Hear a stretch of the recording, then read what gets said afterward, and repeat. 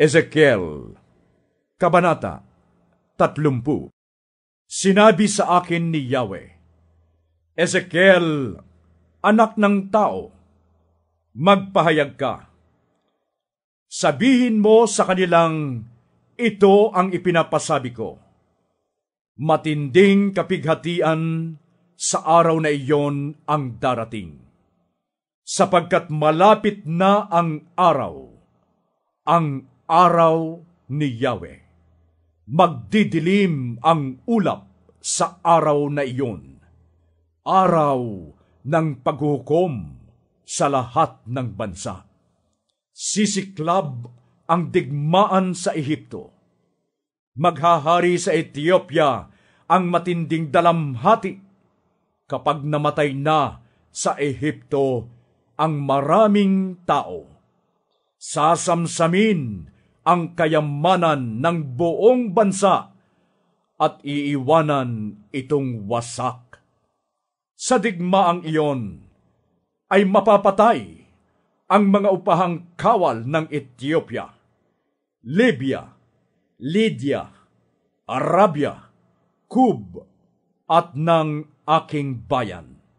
Ipinapasabi nga ni Yahweh, mapapahamak ang lahat ng tutulong sa Ehipto.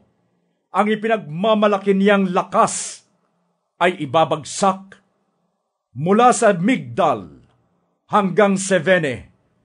Lahat ay kasama niyang pupuksain sa pamamagitan ng tabak. Siya ay magiging pinakamapanglaw sa lahat ng lupain. At ang lunsod niya ay isang pook na wasak na wasak. Kapag ang Ehipto ay akin ng tinupok at ang mga kakampi niya ay namatay ng lahat, makikilala nilang ako si Yahweh. Sa araw na iyon, ang mga tagapagbalitay isusugo kong sakay ng mga sasakyang dagat upang bigyang babala ang Ethiopia na wala pa ring kabali-balisa. Sila'y paghaharian ng matinding kapighatian dahil sa pagkawasak na sasapitin ng Ehipto. Ang araw na iyon ay mabilis na dumarating. Ito ang ipinapasabi ni Yahweh. Ang kasaganaan ng Ehipto'y wawakasan ko na sa pamamagitan ng Haring Nebuchadnezzar.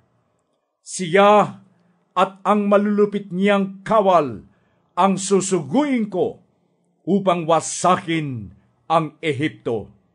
Tabak nila'y ipamumuksa sa buong lupain. Pagdating ng araw na iyon, makikitang naghambalang ang mga bangkay sa buong lupain. Tutuyuin ko ang ilog Nilo at ipapasakop ang Ehipto sa masasama. Wawasakin ng mga kaaway ang buong bansa.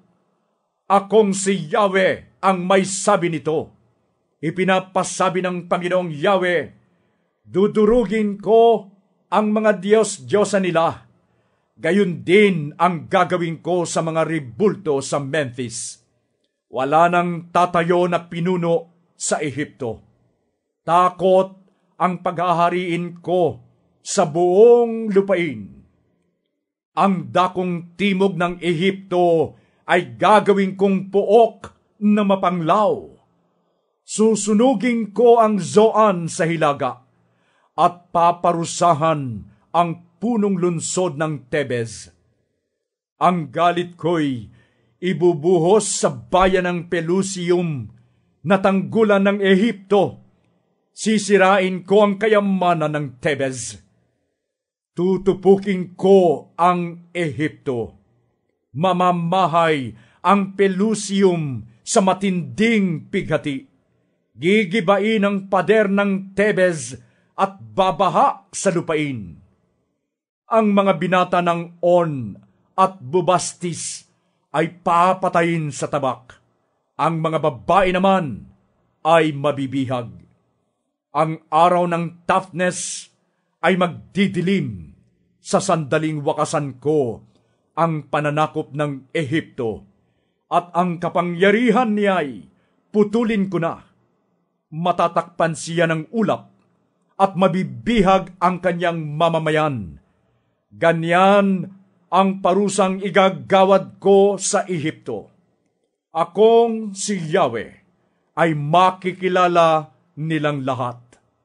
Noong 7 araw ng unang buwan ng 11 taon ng pagkakabihag sa amin, sinabi sa akin ni Yahweh, Ezekiel, anak ng tao, pipilayin ko ang braso ng hari ng Ehipto. Hindi ko ito pagagalingin para hindi na makahawak ng tabak. Ito ang sinasabi ko. Ako'y laban sa hari ng Ehipto. Babaliin ko pa ang isa niyang kamay para mabitiwan ang kanyang tabak. Ang mga Ehipsyo'y pangangalatin ko sa iba't ibang bayan, ipapatapon sa lahat ng panig ng daigdig. Palalakasin ko ang puwersa ng hari ng Babylonia, at aalisan ko naman ng kapangyarihan ang hari ng Ehipto hanggang sa maging sugatan siya at umuungol na malugmok sa harapan ng hari ng Babylonia. Pahihinain ko ang hari ng Ehipto, ngunit palalakasin ko naman ang hari ng Babylonia. Kapag itinuro niya sa Ehipto ang tabak na ibibigay ko sa kanya, malalaman nilang ako si Yahweh. Pangangalatin ko sa lahat ng bansa ang mga Ehipsyo at ipapatapon sa iba't ibang dako. Sa gayon, makikilala nilang ako si Yahweh.